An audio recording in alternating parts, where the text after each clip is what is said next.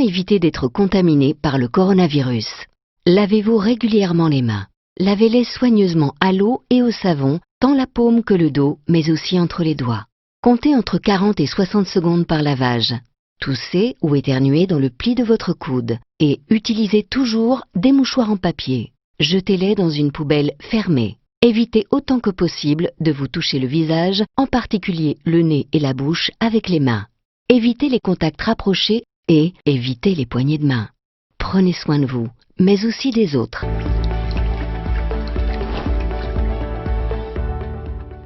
Bonjour mes chers élèves, merci beaucoup. Aujourd'hui, nous sommes à la suite de notre sujet d'hier.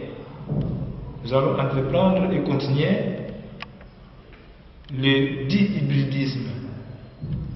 Alors, nous mentionnons les titres au tableau.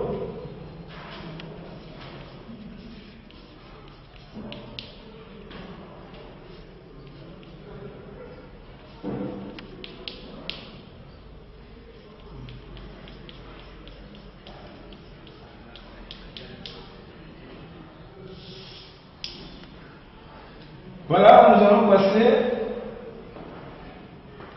à la petite révision. Donc, nous allons passer au rappel. Qui peut nous rappeler le sujet que nous avons étudié? Très bien. Nous avons parlé de dihybridisme. Alors, on avait distingué combien de cas, de grands cas. Très bien. Il y a deux grands cas, comme vous l'avez dit. Il s'agit de cas de gènes autosomaux. Et nous avons les cas dont un gène est lié au sexe et l'autre autosomal. Voilà. Mais nous devons savoir que dans le premier cas, sur les gènes autosomaux, nous avons encore trois sous-cas. Nous avons le dihybridisme avec dominance totale, dihybridisme sans dominance et dihybridisme avec dominance partielle. Hier, nous avons dit qu'il s'agissait de croisement seulement de deux monohybridismes avec dominance. C'est-à-dire, on prend le monohybridisme avec dominance pour un caractère et il y a encore le monohybridisme avec dominance pour l'autre caractère. Ici, c'est le monohybridisme sans dominance croisé avec le monohybridisme sans dominance pour l'autre caractère. Donc cela signifie que il faut bien maîtriser le monohybridisme. Et ici, nous avons le monohybridisme avec dominance pour le premier caractère qui va se croiser avec le monohybridisme sans dominance pour le deuxième. C'est pourquoi on l'appelle dihybridisme avec dominance partielle. Pourquoi? Un caractère domine totalement l'autre. Chez l'autre caractère, il y a co-dominance. C'est le cas par exemple des jaunes lisses croisés avec vertes ridées. Mais les résultats obtenus à la première génération, c'est jaune lisse. Nous sommes au premier cas parce que jaune avec verte donne jaune. Donc c'est le jaune qui domine, c'est le premier monohybridisme. Lisse avec ridé donne lisse. Il y a aussi dominance. Et comme il y a dominance pour les deux caractères, on conclut que le cas est un cas de dihybridisme avec dominance totale. Mais si nous passons au deuxième cas, vous trouverez par exemple long. Long rouge croisé avec blanc, prénom court, blanc. Si nous pouvons prendre la taille de certains grains, automatiquement ça peut donner moyenne, et puis rose. Comprenez mon émotion. Long avec court. Long croisé avec court donne moyen. Rouge croisé avec blanc donne rose. Donc, ni le long ne domine sur le court, ni le rouge ne domine sur le blanc. Automatiquement, on conclut qu'il y a des monohybridismes sans dominance qui se sont croisés. D'où on parle de dihybridisme aussi sans dominance. Et nous verrons les proportions à la suite. Nous sommes partis de... Revenons maintenant au premier cas, ou soit au deuxième cas. Long, rouge, croisé avec verte. Oh là là, prénom court, blanc. Mais alors, les résultats obtenus, on dit qu'on trouve l'individu long, rose. Voilà. Ici maintenant, long croisé avec court donne long. Donc c'est le long qui domine sur les courts. Il y a dominance, monohybridisme avec dominance.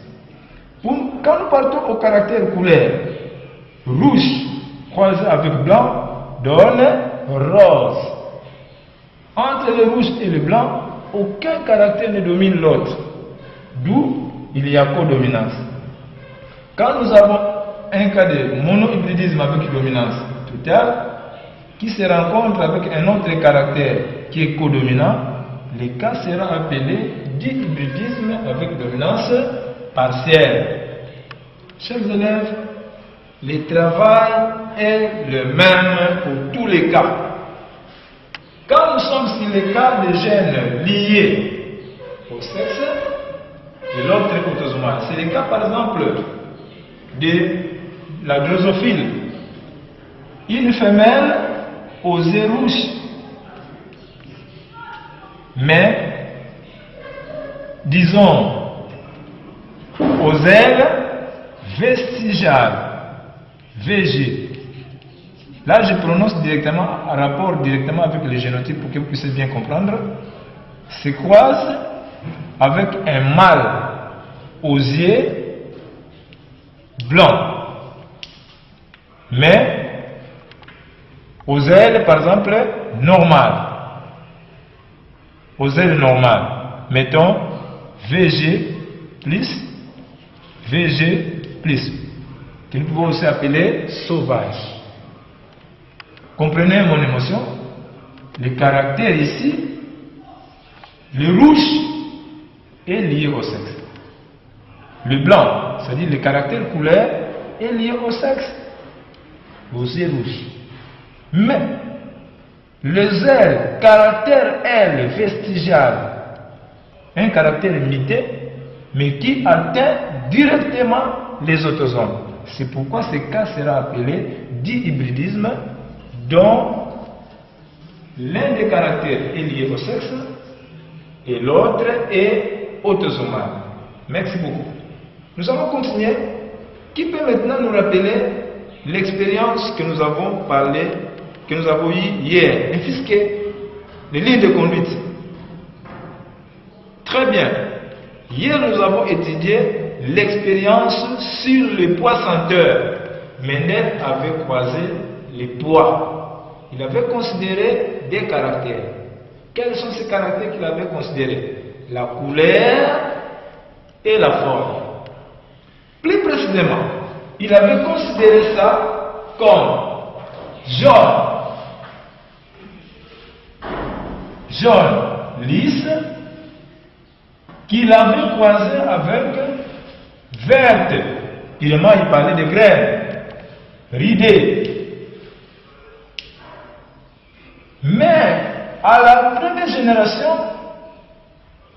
tous les individus étaient jaunes. Après vérification des gousses, les gousses veut dire les poches dans lesquelles se trouvent les graines. Comme les graines d'arachide, il faut décortiquer. Vous ouvrez, les déchets là que nous jetons, c'est ça qu'on appelle les gousses. Les haricots, quand les haricots sont encore mûrs, les petits pois, il faut ouvrir les gousses pour trouver les graines à l'intérieur. Alors, en ouvrant les graines, l'ouverture des graines a montré qu'il ne contenait que des graines jaunes, mais aussi qui étaient lisses. Ce cas ici montre que nous sommes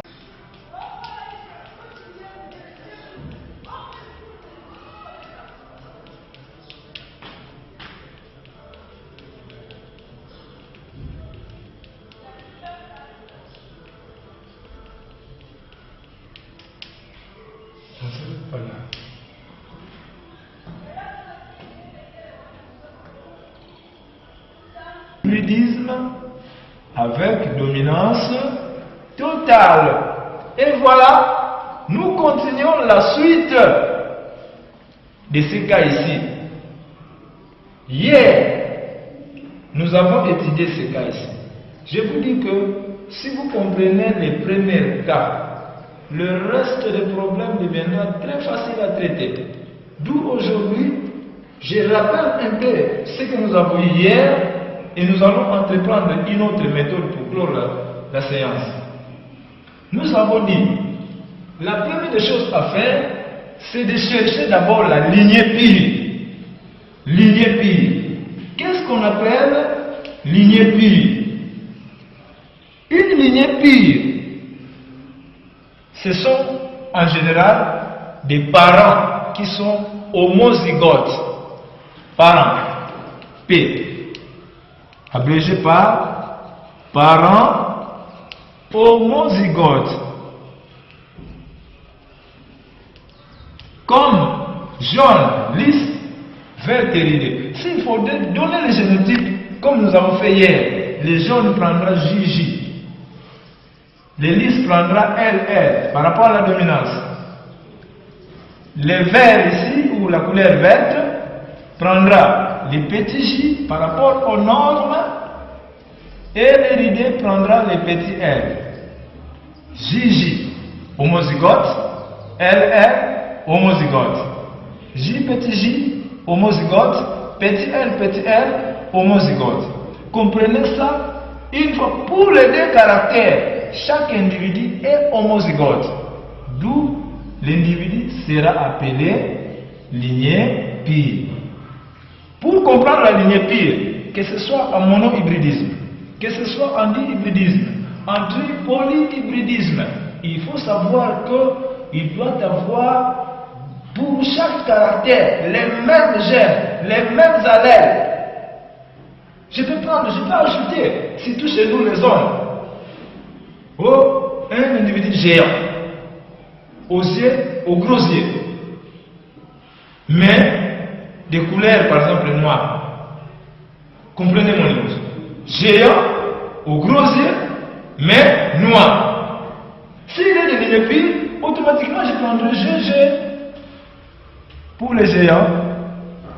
Peut-être gros, si on peut symboliser gros par la lettre A. En ce moment-là, AA symbolise les gros.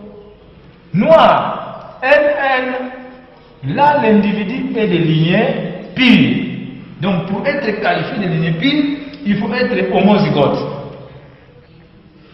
Deuxièmement, quand on croise les individus de lignée pure entre eux, si vous savez les isoler très bien, leur fruit sera appelé hybride.